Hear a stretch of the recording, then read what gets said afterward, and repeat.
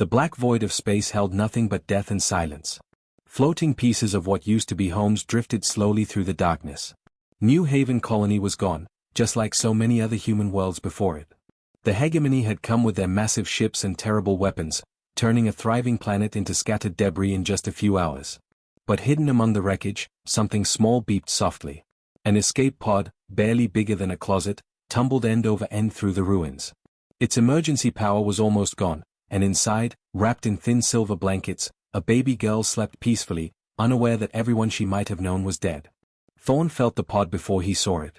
The ancient dragon's senses could pick up life from incredible distances, and this tiny spark of humanity called to him like a whisper in his mind.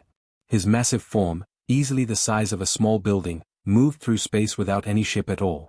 Dragons didn't need machines to travel between stars. They were born to it. He should have ignored the pod. Every dragon knew that humans were weak, short-lived creatures that brought nothing but trouble. His own people had stayed neutral in the Galactic War precisely because they wanted nothing to do with human problems. But something about this small, helpless life made him pause. Thorn's golden claws, each one longer than a human adult, carefully grasped the tiny pod. Through its small window, he could see the infant inside. She had stopped crying and was looking up at him with bright blue eyes that seemed far too aware for someone so young. Most humans screamed when they first saw a dragon. This one just watched him with curious silence. The smart thing would be to find the nearest human ship and hand her over. Let her own species deal with another orphan of war. But as Thorn stared down at the child, he found himself thinking of his own fortress world in the Ember Sector. It was a lonely place, filled with ancient knowledge and empty halls. He had lived there alone for 3 centuries, studying the old ways and perfecting his mastery over cosmic forces. Maybe it was time for a change. His journey home took only hours, but during that time, the baby never cried once. She seemed to sense that she was safe, even cradled in the claws of a creature that most humans would call a monster. When they arrived at his mountain stronghold, Thorn found himself speaking to her in soft rumbles that made her giggle. He named her Maya, after an old dragon word meaning small fire. It seemed fitting for someone who had survived when an entire world had not. Raising a human child proved harder than Thorn had expected. Dragons hatched from eggs already able to fly and hunt. Human babies needed constant care, food every few hours, and something called diaper changes that Thorn found utterly baffling. But he learned, adapting his massive claws to handle tiny bottles and blankets with surprising gentleness. As Maya grew from a baby into a toddler, then a young girl, Thorn taught her the dragon way. While other human children might play with toys, Maya learned to feel the energy that flowed between stars. She discovered how to read the patterns in solar wind and cosmic radiation. Her small hands began to glow with power that most dragons took centuries to master. But she was still human at heart. Maya asked endless questions, took apart every piece of technology in the fortress to see how it worked, and approached problems in ways that constantly surprised her adoptive father. Where dragons relied on raw power and ancient tradition, Maya found creative solutions that sometimes worked better than methods that were thousands of years old. By age 8, she could fly through space beside Thorn without any protective suit, her human body somehow adapted to survive in the void. By 10, she was reading dragon histories and learning combat techniques that had been passed down through generations. By 12, she could channel enough cosmic energy to power a small city, yet she still laughed at silly jokes and collected interesting rocks from asteroid fields. The galaxy continued its slow burn around them. News reached even their remote world about more human colonies falling to hegemony forces. But in their mountain stronghold, a dragon and his adopted daughter lived peacefully, unaware that their quiet life was about to end forever. Maya had grown strong in ways that neither fully human nor fully dragon children ever could. Soon, she would need that strength. The first sign of trouble came as a barely noticeable blip on the deep space sensors. Captain Reed squinted at his screen aboard the Hegemony scout ship *Stalker*, trying to make sense of what he was seeing. Energy readings unlike anything in their database were coming from a supposedly empty star system in the Ember Sector. "Run it again," Reed ordered his sensor operator. The readings came back the same. Human energy signatures mixed with something ancient and powerful that their computers couldn't identify. It was like finding a campfire burning next to a nuclear reactor. Reed's hands trembled slightly as he composed his report. Finding hidden human settlements meant promotions and rewards. The Hegemony paid well for locations of survivors who had escaped their systematic cleansing of human worlds. Within hours, his message reached Grand Admiral Kane aboard the massive dreadnought *Iron Fist Star. Kane studied the sensor data with cold satisfaction. Another nest of human vermin to exterminate. He dispatched battle groups 7, 9, and 12 to investigate. 300 ships carrying enough firepower to glass an entire planet. Whatever was hiding in that system wouldn't survive the day. Maya was practicing her energy channeling on the orbital platform when the first enemy transmissions reached their system. At 17, she had grown into something extraordinary. Tall and lean like her human heritage, but with eyes that glowed faintly gold when she used her powers. Her black hair often floated around her shoulders as if she was underwater, moved by the cosmic energies that flowed through her body. The platform Thorn had built orbited their world like a metal moon. Its sensors could detect ships jumping into their system from hundreds of light years away. Maya had learned to operate every system on the station, her human curiosity driving her to understand technology in ways that impressed even her dragon father. The intercepted messages made her blood run cold. She listened in horror as hegemony officers casually discussed their approach to what they called Target System 847. They talked about her home like it was just another mark on their list. But worse were the background conversations she picked up from different ships. Status reports on previous operations. Casualty counts. Worlds marked as cleansed in clinical, emotionless language. Maya's hands shook as she realized the true scope of what the hegemony had done. Hundreds of human worlds. Billions of people. Men, women, children, entire families wiped out as if they had never existed at all. She thought about New Haven Colony, the place where she had been born. It wasn't just her birthplace that was gone. It was one small piece in a galaxy-wide genocide that had been going on for decades. Her people weren't just losing a war. They were being systematically hunted to extinction. Warning klaxons, she whispered, her voice cracking. I need to sound the warning klaxons. The alarm system Thorn had installed echoed through their mountain fortress with a sound like screaming metal. Maya's fingers flew over the controls as she transmitted everything she had learned directly to her father's personal communicator. The data stream included ship movements, estimated arrival times, and the horrifying recordings of hegemony officers planning their destruction. When she finally made it back to the main hall of their home, Thorn was already waiting. The massive dragon filled the enormous chamber, his golden scales reflecting the emergency lighting in patterns that looked like living fire. His ancient eyes, each one larger than Maya's entire head, held a fury she had never seen before. They're coming for us, Maya said, though she knew he already understood.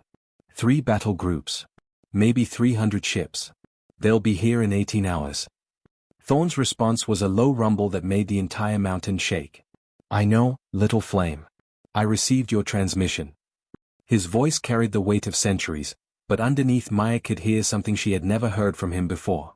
Fear. Not for himself, but for her. Father, the things I heard them saying. The reports about other worlds. They've killed so many people. Entire planets of humans are just gone. Tears ran down Maya's face as the full reality hit her.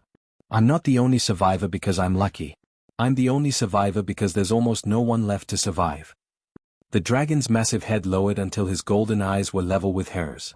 When he spoke, his voice carried the promise of violence that had made his species legendary across the galaxy. Then we show them what happens when they hunt a child of 2 worlds. You are human, Maya, with all the cleverness and determination of your people. But you are also my daughter, raised in the dragon way. They expect to find helpless prey hiding in the darkness. His eyes blazed brighter as cosmic energy began to flow around them both. Instead, they will find predators waiting for them. The hegemony fleet dropped out of hyperspace like a plague of metal locusts. Admiral Kane had brought more than just the 3 battle groups originally planned. 800 ships of various sizes filled the space around Maya and Thorn's world, from massive dreadnoughts that could level cities to sleek fighters designed for hunting down survivors. Maya watched from the orbital defense platform as the enemy formation spread out in a perfect killing pattern. These weren't just soldiers. They were exterminators who had done this hundreds of times before. Every ship movement was calculated, every position chosen to cut off escape routes that didn't even exist. They're not taking any chances, she muttered, checking the platform's weapon systems one final time. Thorn had built impressive defenses, but they were designed to stop raiders and pirates, not a full military invasion force. Kane's voice crackled over the communication channels, broadcasting on all frequencies. Attention human survivors in this system. You are in violation of hegemony space. Surrender now and your deaths will be quick.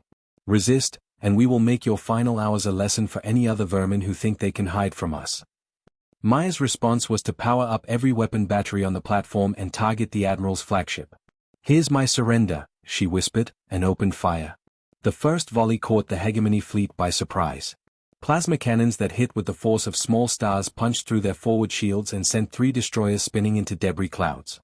But Maya knew it was just the opening move in a battle they couldn't win through firepower alone. Thorn launched himself from the planet's surface like a golden missile, his massive wings carrying him through the vacuum toward the nearest enemy ship. Dragons didn't need air or pressure suits in space. They were creatures of energy and will, born to fight among the stars themselves. His breath weapon wasn't fire like the old stories said. It was something far more dangerous. Concentrated cosmic force that could melt through hull armor like it was butter. The first dreadnought he targeted simply came apart, its atomic structure unraveling under the assault of pure destructive energy. Maya abandoned the platform's heavy weapons and jumped into one of the modified fighters Thorn had taught her to pilot. The small ship responded to her thoughts as much as her hands, human technology enhanced with dragon engineering principles that made it capable of maneuvers that should have been impossible. She dove through the enemy formation like a hawk among chickens, her fighters' weapons taking out enemy pilots faster than their computers could track her movements. But for every ship she destroyed, 10 more took its place. The hegemony had brought enough firepower to sterilize an entire solar system. For 6 hours, the battle raged across 3-dimensional space around their world. Maya and Thorn fought together with perfect coordination, covering each other's attacks and retreating when enemy fire became too concentrated. The dragon's raw power combined with Maya's tactical thinking created a fighting style that confused and frustrated the hegemony commanders. But numbers began to tell. Maya's fighter took hit after hit until its systems started failing. Thorn's golden scales were scorched black in places where enemy plasma had found its mark. The orbital platform exploded in a fireball visible from the planet's surface. Their defensive grid was collapsing piece by piece. Colonel Blake led the final assault personally.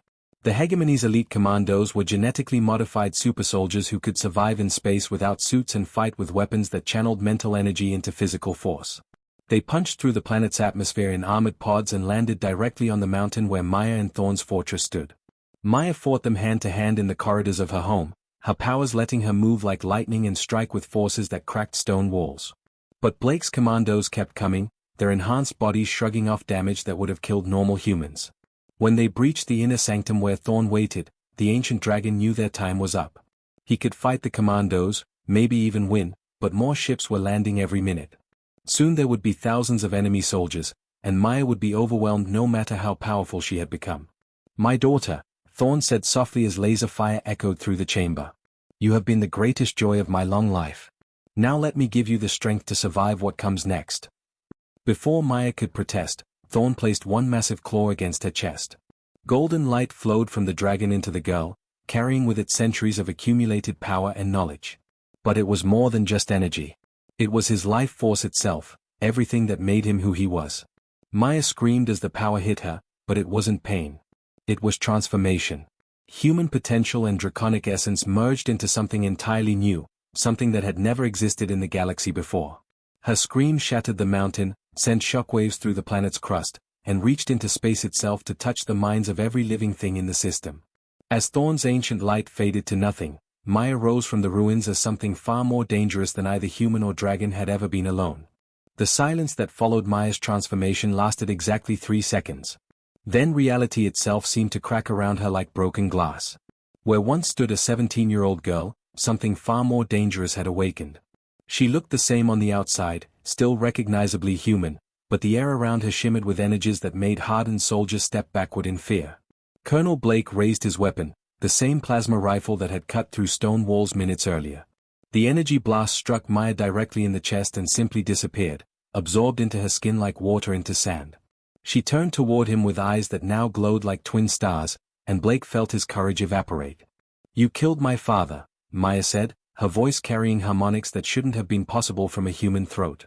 The words hit Blake like physical blows, and he staggered backward. "You came to my home. You destroyed everything I loved." When Maya opened her mouth and roared, the sound tore holes in space itself. The dimensional rifts that opened around her weren't just cracks in reality. They were doorways to elsewhere, passages that bent the laws of physics into impossible shapes. Blake and his commandos vanished into one of these tiers with screams that cut off abruptly, as if they had been erased from existence entirely. But Maya wasn't finished. Not even close. Admiral Kane watched from his flagship's bridge as energy readings from the planet's surface climbed beyond anything their senses could measure. "What is that thing?" he demanded, but none of his officers had answers. Their computers were showing readings that couldn't be real. No single life form should be able to generate that much power. Maya rose from the ruined mountain not by flying, but by willing herself upward. Space folded around her like origami, distances becoming meaningless when she decided they should be. One moment she stood in the wreckage of her home. The next, she materialized inside Kane's flagship, appearing in the bridge's center like a vengeful ghost. The Admiral's personal guards opened fire immediately, their advanced weapons filling the air with deadly energy. Maya walked through the barrage without slowing down. The plasma bolts that struck her simply ceased to exist, their energy feeding the growing aura of power that surrounded her like a second skin. "Impossible," Kane breathed. "You're just a human. A child." Maya's laugh was terrible to hear, carrying echoes of draconic fury mixed with human rage. "I was just a child. But you taught me what monsters look like. Now let me show you what one can do." The flagship Iron Fist came apart like a flower made of metal and fire. Not from explosions or weapons, but because Maya decided its atomic bonds should no longer hold together.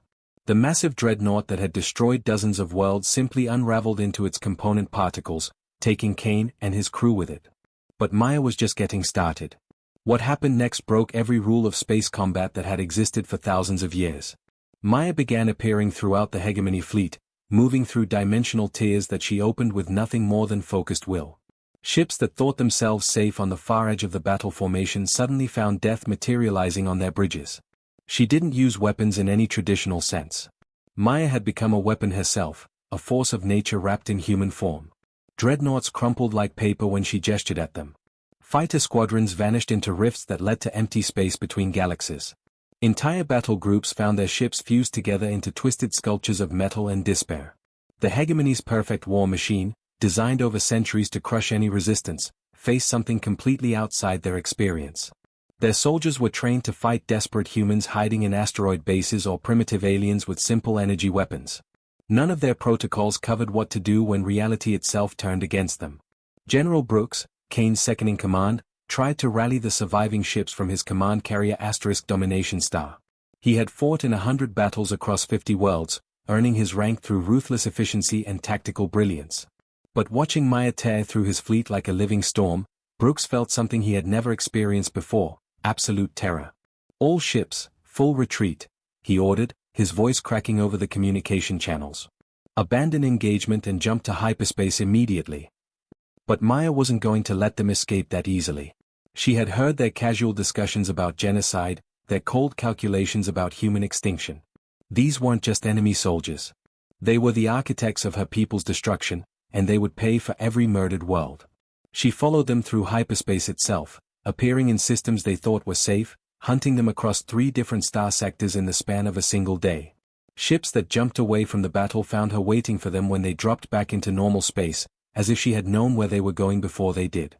Brooks managed to send one final transmission before Maya's power reached his ship. The message went out on emergency frequencies to every Hegemony base within 100 light years: "God help us all. The prey has learned to hunt."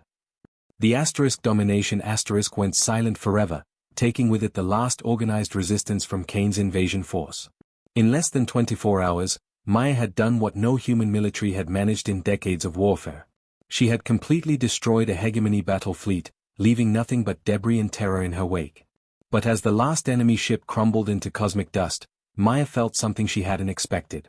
The rage that had driven her was fading, replaced by a hollow emptiness that hurt worse than any physical wound. Her father was still gone. Her home was still destroyed. And somewhere in the galaxy, billions of her people were still dead. Victory, she realized, felt nothing like she had imagined it would.